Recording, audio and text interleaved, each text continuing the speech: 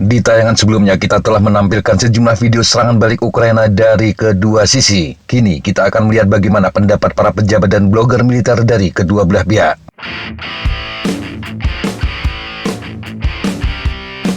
Kita lihat pernyataan dari Presiden Rusia Vladimir Putin terlebih dahulu.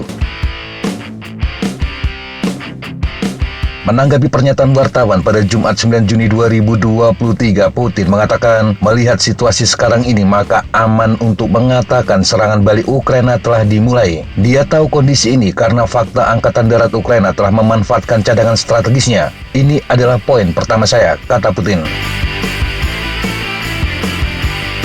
Poin kedua, menurutnya pasukan Ukraina gagal mencapai tujuan mereka di semua sektor pertempuran. Dia mengatakan pertempuran intens telah berlangsung selama 5 hari, dan dalam pertempuran sangat sengit selama 48 jam terakhir, Ukraina tidak berhasil dalam operasi apapun.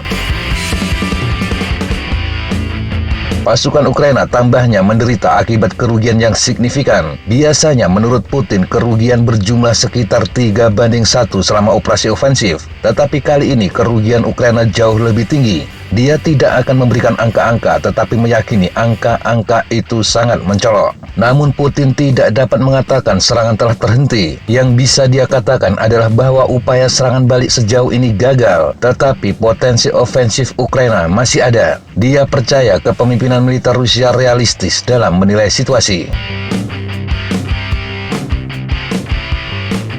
Sekarang kita lihat dari sisi Ukraina. Pejabat Ukraina masih tetap lebih banyak diam tentang operasi ini. Namun Wakil Menteri Pertahanan Hanna Maliar mengisyaratkan operasi ofensif di Zaporizhzhia. Dia mengatakan Rusia sedang melakukan operasi pertahanan ke arah Zaporizhzhia. Pertempuran terus berlanjut.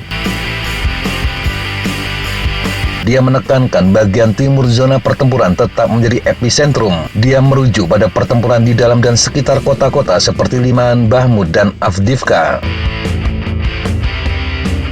Di arah Bahmut, Rusia dia sebut menarik cadangan dan berusaha mempertahankan posisi yang diduduki. Rusia berusaha menyerang, tetapi gagal. Dan pasukan Ukraina sekarang sedang melakukan operasi tempur aktif di beberapa wilayah di arah Bahmut.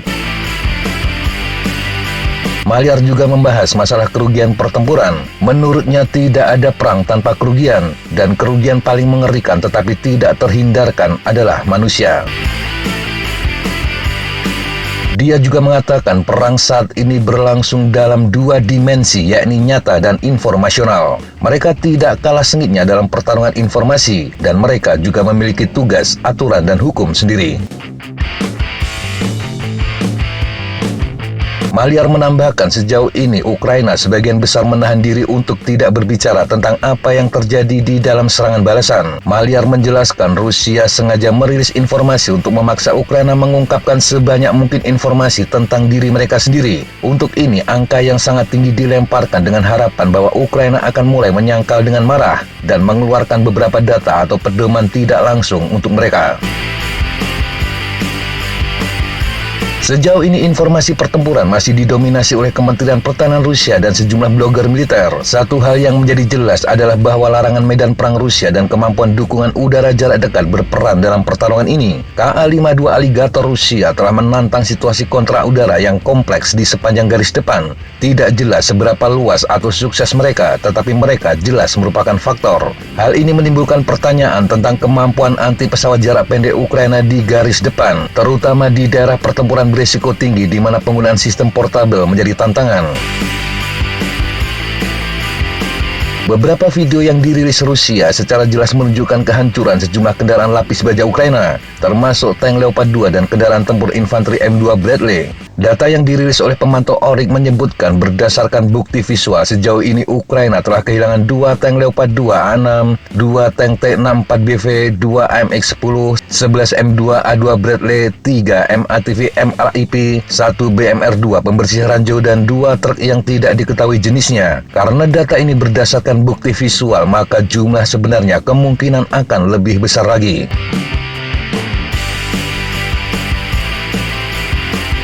Saluran Telegram Pro Moskow juga memberikan gambaran tentang situasi di lapangan. Raybar menulis pertempuran sengit terjadi di sektor Orikhiv selama beberapa hari. Pasukan Rusia tidak hanya berhasil mempertahankan posisinya, tetapi juga menghancurkan lusinan kendaraan lapis baja Ukraina. Namun Raybar mengakui Ukraina tidak berhenti mencoba menyerang di dekat Orikhiv. Saluran Telegram ini juga memperkirakan akan ada serangan oleh formasi Ukraina ke arah lain. Sementara saluran Telegram Russian to Majors menyebut kerugian yang dialami Ukraina berjumlah hingga 23 tank dan kendaraan tempur lapis baja lainnya. Selain itu hingga 250 personel. Namun dia juga mengakui Ukraina belum melancarkan serangan utama dan ini diperkirakan akan terjadi dalam waktu dekat. Ukraina disebut hanya memiliki sedikit waktu untuk menunggu karena hujan akan segera turun di front Zaporizhzhia, situasi yang akan mengurangi ruang gerak mereka. Sedangkan Volya Media yang pro-Ukraina melaporkan Angkatan Bersenjata Ukraina membebaskan lebih dari 15 permukiman dan maju hingga 17 km ke arah Zaporizhzhia. Area paling berbahaya bagi Angkatan Bersenjata Rusia tetap berada di arah tenggara dekat Uhledar. Di wilayah tersebut, Angkatan Bersenjata Ukraina telah mencapai kesuksesan terbesar sejauh ini. Volya Media juga menyebut pertempuran sengit terjadi di sepanjang garis depan dan komando Rusia telah mengaktifkan hingga 70% cadangan di selatan, sementara Ukraina belum menggunakan unit serangan utama yang dirakit untuk ofensif. Menurut Volya Media, Rusia telah mengirimkan lebih dari 40.000 tentara dari cadangan ke pertempuran. Pemindahan unit yang baru dibentuk dari Crimea berlangsung dengan tergesa-gesa. Jalan yang menghubungkan bagian belakang dengan garis depan juga diserang.